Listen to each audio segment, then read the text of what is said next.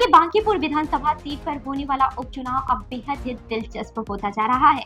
एक तरफ सत्ताधारी गठबंधन अपनी सीट बचाने की कोशिश में है, तो दूसरी ओर विपक्ष और नई राजनीतिक ताकतें पूरी ताकत के साथ मैदान में उतर चुकी हैं।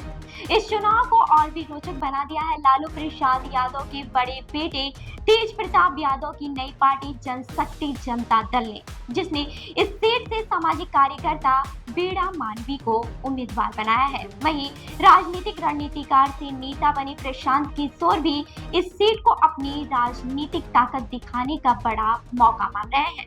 ऐसे में सवाल ये है कि आखिर बांकीपुर सीट इतनी अहम क्यों है और यहाँ की लड़ाई किस दिशा में जा रही है। तो चलिए जानते हैं इन सारे सवालों के जवाब विस्तार से। नमस्कार, मैं रूबी सिंह और आप देख रहे हैं जनदर्पण न्यूज।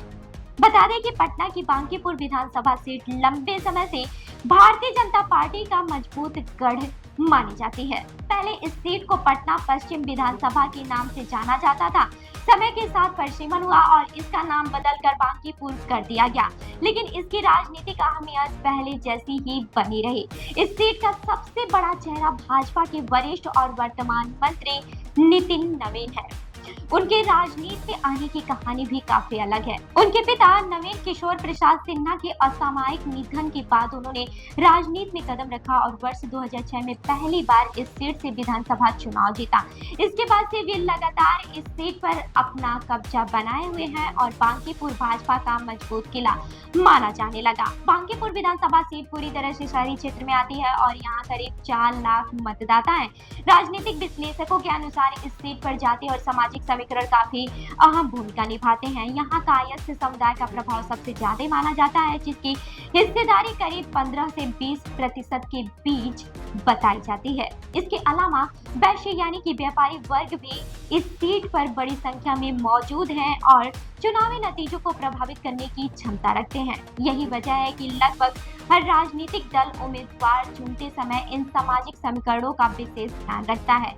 शहरी मतदाता होने के कारण यहाँ विकास, सड़क, ट्रैफिक, रोजगार, व्यापार और कानून व्यवस्था जैसे मुद्दे भी चुनाव में महत्वपूर्ण भूमिका निभाते हैं। इस बार का उपचुनाव कई कारणों से खास माना जा रहा है।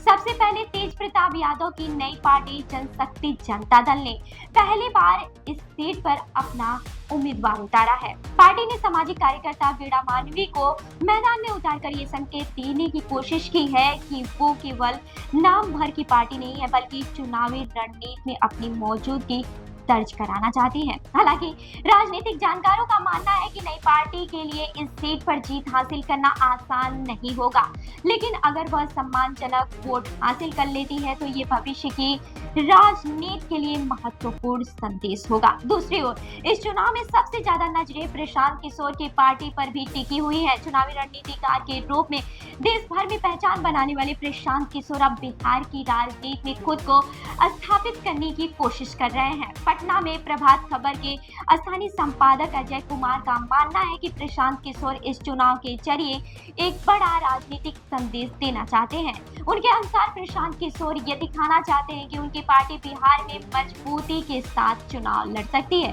और भविष्य में एक बड़े विकल्प के रूप में भी उभर सकती है। अजय कुमार का कहना है कि अब तक बिहार के मतदाताओं ने प्रशांत किशोर के राजनीतिक दांवों पर पूरी तरह से भरोसा नहीं जताया, लेकिन बांकीपुर उपचुनाव उनके लिए अपनी राजनीतिक ताकत साबित करने का अवसर है। उनके मुताबिक अगर प्रशांत किशोर की पार्टी चुनाव नहीं जीतती है, लेकिन मजबूती से मुकाबला करती है और राष्ट्रीय जनता दल से बेहतर प्रदर्शन करती है, तो वो इसे अपनी राजनीतिक सफलता के रूप में पेश कर सकती है। ऐसे में उनके लिए सिर्फ जीत ही नहीं, बल्कि वोट प्रतिशत और चुनावी प्रदर्शन भी बेहद महत्वपूर्ण होगा। यानी इस चुनाव में मुकाबला केवल एक सीट जीतने का नहीं, बल्कि राजनीतिक संदेश देने का भी है।